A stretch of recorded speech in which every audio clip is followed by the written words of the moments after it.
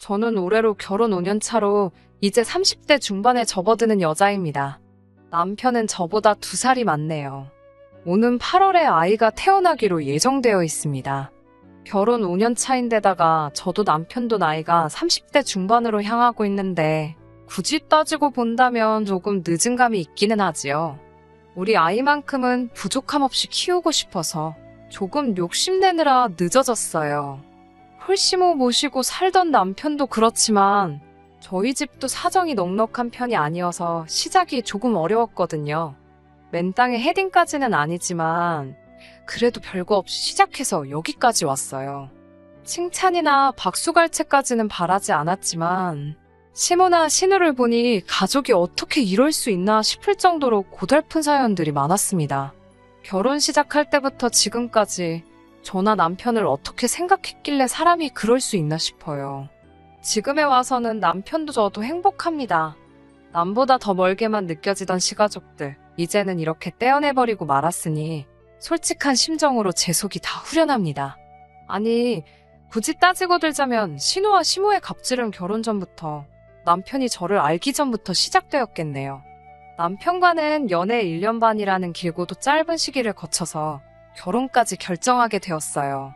저도 30을 바라보고 있던 상황이었고 연애하면서 둘이 너무나도 잘 맞았기에 결혼을 결심하는 게 그렇게 어려울 건 없었습니다. 남편은 조금 서두르는 느낌이 없지 않아 있었는데 남편이 결혼 전에 어렵게 꺼낸 이야기는 그야말로 충격적이고 많은 고민을 하게 만들었습니다. 31살의 나이로 군대 전역과 대학 졸업 동시에 취직을 하게 된 남편은 나이는 젊은 편이지만 경력 6년 차의 베테랑 사원이었어요. 졸업한 대학교에 비해서 취직도 괜찮은 곳에 했고 어느 정도 유명한 회사에서 일을 하고 있었거든요. 제 또래에 취직 준비해보던 사람이면 이름 한 번쯤은 들어봤을 법한 계열사도 여러 개 가지고 있는 규모가 있는 회사였습니다. 6년차 직장인답게 연봉도 꽤나 높은 편이었는데 정작 결혼 준비를 앞두고 남편이 모아놓은 돈이 썩 많은 편이 아니었어요. 액수는 4천만 원이 조금 넘는 정도였습니다. 그 당시 남편이 받고 있던 1년치 연봉보다 안 되는 액수가 남편이 모아놓은 돈의 전부였습니다. 솔직히 많이 충격적이었어요. 왜냐하면 저 또한 4년차의 회사원이었고 회사도 연봉도 남편보다 제가 조금 떨어지는 편이긴 했는데 그런 저조차도 통장에 이미 6천만 원의 결혼 자금이 모여있던 상황이었거든요. 그렇다고 해서 연애하는 동안 제가 봐온 남편의 모습 중에서 과소비를 한다거나 소비에 있어서 절제를 못한다거나 비계획적인 지출을 한다거나 쓸데없는 데다가 돈 쓸 사람은 아니었거든요. 그래서 혹시 돈을 모으지 못한 부분에 대해 무슨 사정이 있는지 물어봤습니다. 남편은 솔직하게 말해줬어요. 아버지가 남편이 어릴 적 돌아가셨다는 사실은 연애하는 동안 이미 남편에게서부터 들어 알고 있던 이야기였는데 세세한 부분에 대해서는 따로 이야기해준 적은 없었거든요. 남편은 당시 홀씨모 모시고 살면서 위로 누나가 한 명 있는데 누나도 아직 결혼을 하지 않아서 셋이서 다 같이 살고 있었어요. 남편의 누나, 그러니까 신우 또한 직장인이기는 한데 그간 집에 들어가는 거의 모든 비용, 생활비라든지 공과금이라든지부터 시모와 신우 용돈까지 전부 다 남편이 벌어오는 월급에서 나가고 있었다는 충격적인 사실을 전해주더라고요. 사실상 남편이 집안의 가장 역할을 하고 있었던 것이었지요. 숨기지 않고 말해준 용기가 참 가상했어요. 하지만 그렇다고 해서 정직하고 말고를 떠나 솔직히 누가 결혼 전에 그런 소리 들으면 기뻐하겠나요? 어느 집이던 그 집의 기둥은 뽑아오는 게 아니라는 말이 괜히 있는 게 아니기에 저 또한 결혼 문제가 쉽게 결정할 수 없는 일이라고 생각하고 있었습니다. 남편은 어렵게 입을 열었어요. 자기도 이런 상황에서 벗어나고 싶다고요. 처음에는 당연히 집안의 유일한 남자로 가족들을 먹여 살리는 게 자기한테 주어진 일이라고 생각했다고 합니다. 원래는 2살 위였던 누나가 돈을 벌고 있었기에 혼자서 힘들던 누나를 도와주고 싶었다고 해요. 그런데 신우는 남편이 취직을 한 그날에 다니던 직장을 그만두고 남편이 벌어오는 돈으로 놀고 먹었다고 하더라고요. 신우도 재충전에 시간이 필요하다 생각했던 남편은 딱히 다른 말은 하지 않았고 혼자 가족들 벌어먹이느라 힘들었지만 2년 정도 후에 누나가 직장을 다시 구하면서 한숨 돌릴 수 있을 줄 알았다고 하네요. 그런데 신우는 자기가 버는 돈은 자기가 버는 돈이고 생활비며 여러 비용들을 계속 동생인 남편한테서 받았었다고 해요. 남편이 달리 불만을 가지고 살지는 않았는데 저에게 청혼을 했던 그 초에 신우가 자기 명의로 아파트를 하나 사게 되면서 생각을 고쳐먹게 되었다고 합니다. 서울 변두리에 있는 오래된 아파트이긴 하지만 자기는 6년이란 긴 시간을 일하면서 취미라고 할 만한 것도 가지지 못하고 죽어라 일만 했는데도 통장에 남아있는 돈이 한 푼도 없었다고 하네요. 그때 남편은 이 생활을 청산하고 가족으로부터 독립을 해야겠다는 생각을 하게 되었다고 합니다. 현실에서부터 달아나기 위해 저랑 결혼을 결심한 건 절대 아니고 저랑 함께라면 그 어떤 힘든 일도 이겨낼 수 있을 것 같다며 저를 향한 마음은 진심이라고 전해왔어요. 그런 사정을 저한테 거짓으로 말하고 가족들 뒷바라지 하고 있던 사실 또한 저 모르게 다른 변명으로 둘러댈 수도 있었는데 모든 걸 사실대로 말해준 걸 보니 남편의 진심이 느껴졌어요. 더 이상 가족들의 기둥이자 지갑으로 살지 않겠다는 말에 확신이 느껴져서 결국 저도 결혼을 하기로 결정을 하게 되었네요. 이래저래 해서 결혼 비용을 최소화하는 식으로 해서 돈을 좀 아끼기로 했어요. 그래도 좋은 사람들을 만나서 여기저기서 도움받아가면서 비용을 많이 줄일 수 있었네요. 결혼식 비용을 아낀다고 상황이 여유로운 건 결코 아니었지요. 둘이 합쳐 1억으로 서울 어디에 집을 구하겠어요. 말씀드린 대로 저 또한 친정에서 어떠한 지원도 바라기 힘든 와중에 아무리 남편이 여태껏 가장 역할을 하며 집안의 기둥 역할을 했다고 한들 상황 뻔히 알고 있는데 시댁 쪽에서 돈을 좀 더 해올 수 없다는 것도 잘 알고 있었습니다. 한참 대출도 알아보고 이래저래 백방으로 조금이나마 아껴보려 발품 손품 팔아가며 알아보고 있는데 신우와 시모가 저희 좀 보자고 할 이야기가 있다고 해서 자리를 만들었어요.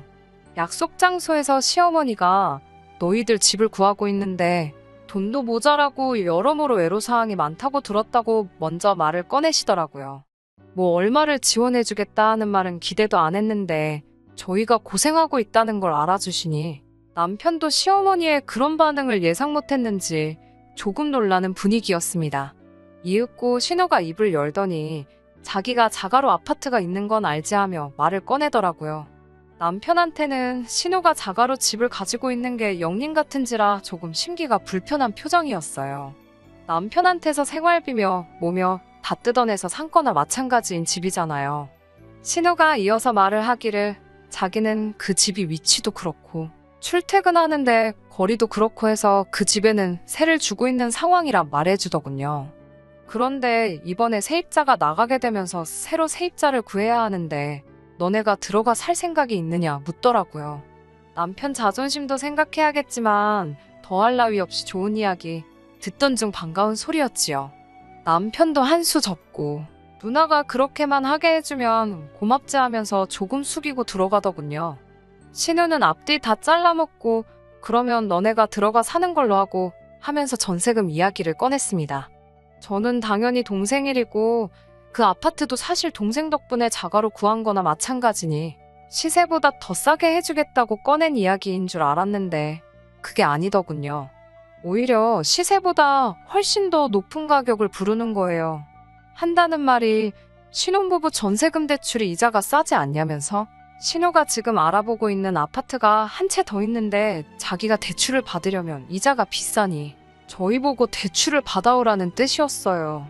남편이 어이없어 하면서 우리가 지금 한 푼이라도 더 아껴보자고 알아보고 있는 거지. 예산을 훌쩍 뛰어넘으면서까지 그 집에서 살 이유는 없는 것 같다고 딱 잘라서 거절을 했습니다.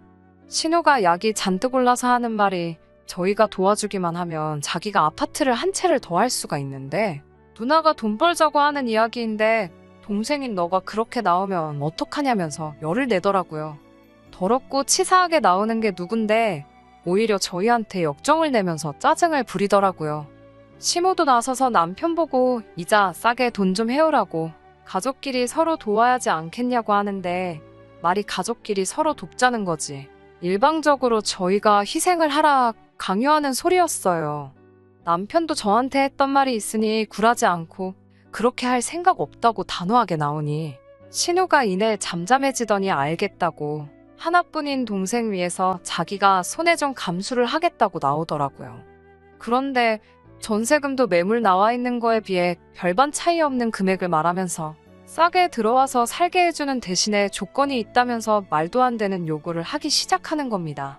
자기가 잘 아는 업체 알아봐 놓은 데가 있다고 저희가 새들어 살다가 인테리어를 싹 다 새로 해놓고 나가기만 하면 된다고 하는 거예요. 그러면서 견적이라고 말하는데 2년 내로 하면 지금 내놓은 견적 그대로 해주기로 했다고 3천만 원만 따로 모아놓으라는 거예요. 속이 훤히 보이더군요.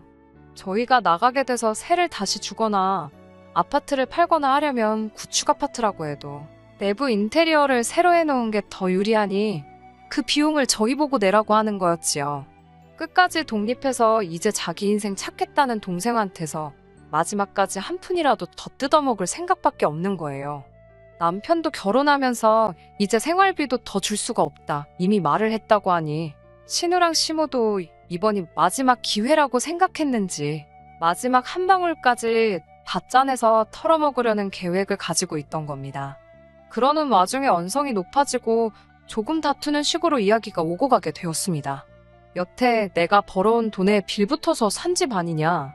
어차피 그 집은 전세로 들어가도 우리 예산을 초과해서 그 돈 내고 전세로 들어갈 생각도 없다 하고 못을 박았어요. 하물며 2년 살고 3천만 원 들여서 인테리어 새로 해주고 집을 빼줄 생각도 없다고. 3천만 원이 누구 집 개 이름도 아니고 차라리 월세를 살아도 그거보단 싸게 먹히겠다고 하면서 신우시모와 대판 싸우게 되었지요. 결국 시모와 신우와는 더할 이야기도 없었고 연을 끊고 사내 어쩌네 하면서 헤어지게 되었습니다. 가족끼리 연을 끊겠다는 말이 남편에겐 상처일 법도 했는데 오히려 이렇게 된 게 후련하다고 하면서 저한테도 크게 마음 쓰지 말라고 이야기를 해주더라고요. 겉으로는 아무렇지 않은 척 하지만 속은 말이 아니겠구나 싶었습니다. 그렇게 저희는 결혼을 하게 되었어요. 결혼식도 스몰 웨딩보다도 훨씬 더 조촐하게 했습니다. 어차피 시모와 신우가 연을 끊겠다며 결혼식도 불참하겠다 선언을 했거든요. 신혼집은 교통도 불편하고 집도 오래된 빌라였지만 저희 형편 안에서 가장 좋은 조건으로 구해서 들어갔어요. 어차피 맞벌이 부부였고 둘 다 같은 목적을 가지고 있었으니 그 생활이 힘들거나 하지는 않았습니다. 자녀 계획은 조금 미뤄지게 되었지만 돈도 수월하게 모을 수 있었고요. 더 나은 삶을 위해서 힘든 것도 있고 열심히 노력했지요. 결혼 직후 3년은 정말 뭐 했는지 싶을 정도로 순식간에 지나갔던 것 같아요. 워낙 바쁘게 살았던지라 누구 만나고 할 시간도 없었지만 식가족하고는 만날 일이 전혀 없었지요. 아들 결혼식도 기분 나쁘다고 안 온 사람들하고 무슨 교류가 있었겠어요. 그런데요, 어떻게 제 연락처는 알아낸 건지 신우한테서 전화를 한 통 받게 되었습니다. 이미 남처럼 지낸 지가 3년인데 제가 뭐라 할 이야기는 아닌 것 같고 가족 일이니 저보다는 남편하고 직접 통화하시라고 했어요. 남편도 신우가 먼저 연락을 해왔다는 게 의외로 보였고 그간 어찌 지냈냐, 그래도 가족인데 명절 때마다 보고 싶더라 하는 그런 이야기를 나눈 것 같았습니다. 남편도 그 꼴로 연을 끊게 되었지만 그 기간 동안 가족들하고 연락 한 통 없이 지내며 나름 고충도 있었고 외롭고 힘들었던 부분이 있었나 봐요. 그래서 다시 한번 만나기로 했지요. 약속 장소에 나갔는데 신우와 시모가 먼저 도착해서 저희를 기다리고 있었습니다.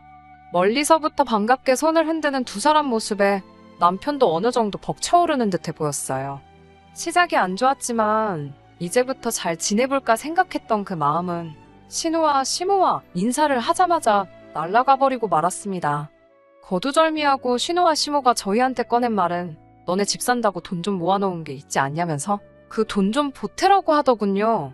자기가 알아봐 놓은 대박 아파트가 있다면서 지금 사놓고 몇 년만 묵히면 큰 돈이 될 거라고요. 그때랑 다르게 저희한테 빌리는 거고 집값이 오르면 저희 목도 좀 쳐서 돌려주겠다고 하는 겁니다. 남편 표정은 실망한 기색이 역력했어요. 시간이 지나 앙금이 사라지고 오해가 풀렸다고 생각했는데 고작 한다는 말이 그때랑 다를 바 없는 이야기였으니 말이지요. 그때 저희가 자기 제안을 거절해서 그때 보고 있던 아파트를 놓쳤다면서 그 집이 지금 얼마인지 아냐며 손해가 막심했다고 하더라고요. 돈이 없어 못 산 걸 가지고 저희 때문에 손해를 봤다는 말부터 시작하니 무슨 기대를 하고 이 자리에 나왔나 싶었습니다. 아무튼 그때 저희 때문에 손해본 것도 있지만 다 용서해주겠다면서 이번에는 두 번은 오지 않을 기회이니 가족의 일원으로서 동참하라고 하는 거예요. 영끌을 하려는데 대출받을 곳도 없고 하니 영 끊고 지내던 저희들 돈이 필요해서 불러낸 주제에 뭐가 저리 뻔뻔한지 싶었습니다. 이런 이야기 하려고 부른 거면 그냥 여지껏 그랬던 것처럼 영 끊고 지내자고 하고 남편은 자리에서 일어났어요. 신우는 어떻게든 돈을 마련해야 했는지 그러면 너네 어차피 집 사야 되지 않냐면서 자기는 돈이 필요하니 자기 명의 아파트라도 사가라고 하더라고요. 남편도 나름 지푸라기라도 짚고 싶은 심정이었을 것 같네요. 이러나 저러나 저희가 이제 집도 알아보고 싶었고 신우가 돈이 필요해서 급매로 내놓는 집일 테니 조금 싸게라도 해주면 신우는 필요한 돈이 생기는 거고 저희도 적당한 집을 구할 수 있는 거고 가족 간의 불화도 해결되지 않겠나 하는 기대였나 봐요. 마지막이다 하는 심정으로 남편이 얼마에 해줄 건데 하고 물었는데 역시나 우리 신우 그냥 넘어가는 법이 없었네요. 워낙 오래된 아파트고 위치도 위치인데다가 단지도 작아서 재개발 이야기가 10년도 전부터 있던 곳인데 아직도 재개발 소식이 없어서 서울 집값이 그렇게 오르던 와중에도 집값이 변동이 전혀 없는 아파트였어요.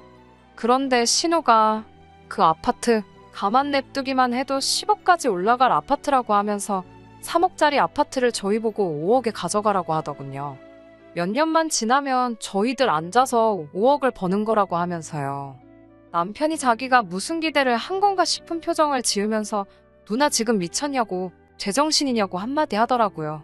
세상 어느 멍청이가 3억에 매물이 몇 개나 있는 아파트를 5억을 주고 사가겠냐고 하면서 제발 정신 좀 차리고 내 돈 털어먹을 생각 좀 하지 말라고 일침을 날리는데 제 속이 다 후련하더라고요. 급전이 필요하면 시세보다 싸게 파는 게 당연한 거 아니냐고 동생이라고 어떻게 한 푼 뜯어낼 생각하지 말고 엄마도 누나도 정신 차리고 사람답게 살라 말하고 자리에서 일어났습니다.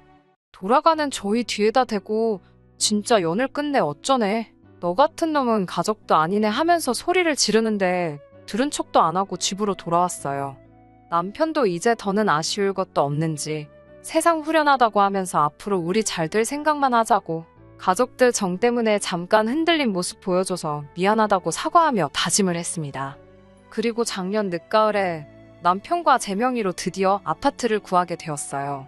위치가 살짝 아쉽긴 하지만 거의 무일푼으로 시작해서 5년 만에 두 사람의 힘으로 이뤄낸 쾌거라고 생각해서 정말 기뻤네요. 저희가 전문 기술자는 아니지만 이리저리 알아봐서 내부도 직접 고치고 저희들 보금자리를 만들었네요. 격경사로 이사와 동시에 아이도 생기게 되었고요. 정말 너무 행복했지요. 그리고 새해가 밝고 얼마 지나지 않아서 또 그동안 연락 한 통 없이 지내던 시가족들한테서 연락이 왔어요.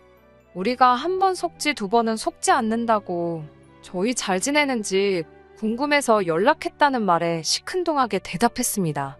또 말도 안 되는 이유로 우리한테 한 푼이라도 뜯어갈 생각이겠거니 했지요. 소식은 어디서 들었는지 집 샀다는 이야기 들었다며 축하를 해주면서 이제 명절인데 가족끼리 한번 뭉쳐야지 않겠냐고 하는 겁니다. 사뿐히 무시해주고 있었는데 설 당일날 우리 집은 어떻게 알고 찾아왔어요. 남편이 그나마 외삼촌 한 분하고는 연락을 하고 지냈는데 삼촌 통해서 수소문해서 찾아왔다고 하더라고요. 그런데 시무랑 신우가 몰골이 말이 아니었어요. 그동안은 집 보러 다닌다고 절대 후줄근하게 하고 다니던 사람들은 아니었는데 말입니다. 살도 좀 빠져 있었고요. 근처 마트에서 집들이 선물이랍시고 휴지도 사오고 했더라고요. 남편이 여기는 왜 왔냐고 날이 잔뜩 서 있는데 그 몰골을 보니 그냥 보내기도 그래서 들어오라고 했지요. 집을 둘러보더니 잘해놓고 산다고 보기 좋다고 하면서 웬일로 가족 같은 말을 건네주더라고요. 또 무슨 어이없는 투자권유를 하며 우리 돈 빼먹을 생각을 하려나 했더니 이번엔 투자권유가 아니었어요. 대뜸 자기들 좀 살려달라고 빌기 시작하대요. 이야기를 듣자 하니 2년 전에 저희한테 아파트 새로 하나 알아놨다고 돈 내놓으라고 했던 그 아파트 있잖아요. 신우명의 아파트는 팔아서 자본을 만들고 시어머니 집도 담보로 대출받고 여기저기서 있는 대로 연끌을 해가지고 기어이 그 집을 샀나 봐요. 그런데 이번에 부동산 대란이 오면서 그 집은 신우랑 시모가 그 당시에 연끌했을 때보다도 가격이 폭락을 했답니다.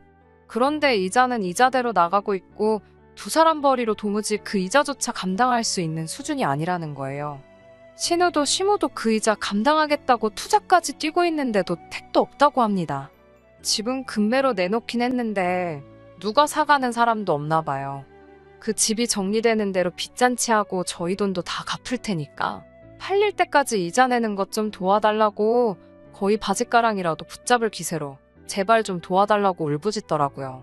목소리 떵떵거리던 양반들이 저 자세로 나오니까 솔직히 마음이 조금 그랬는데 남편이 그동안 쌓인 게 많았는지 일침을 놓더라고요.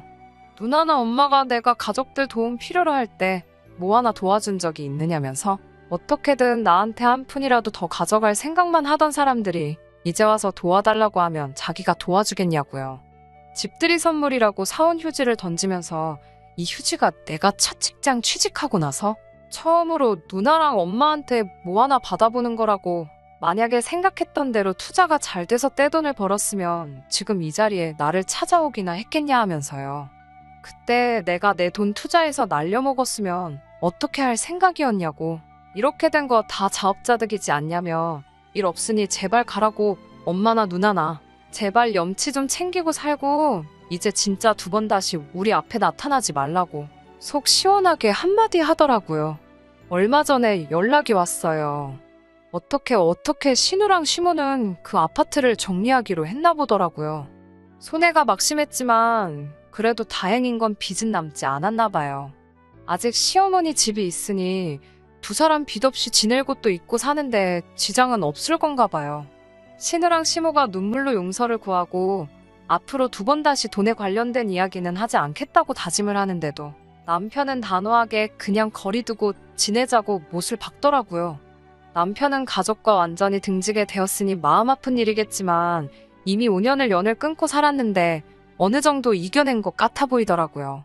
사람 쉽게 변하지 않는다고 지금이야 맘고생이 끝났으니 저럴 수도 있는 거고 아직 완전 쫄딱 망한 게 아니니 또 무슨 건덕지만 생기면 안 좋은 일로 얽히게 생겼으니 그냥 이렇게 있어도 문제 없다고 그냥 앞으로 우리 인생에만 집중하고 행복하게 살자고 하더라고요.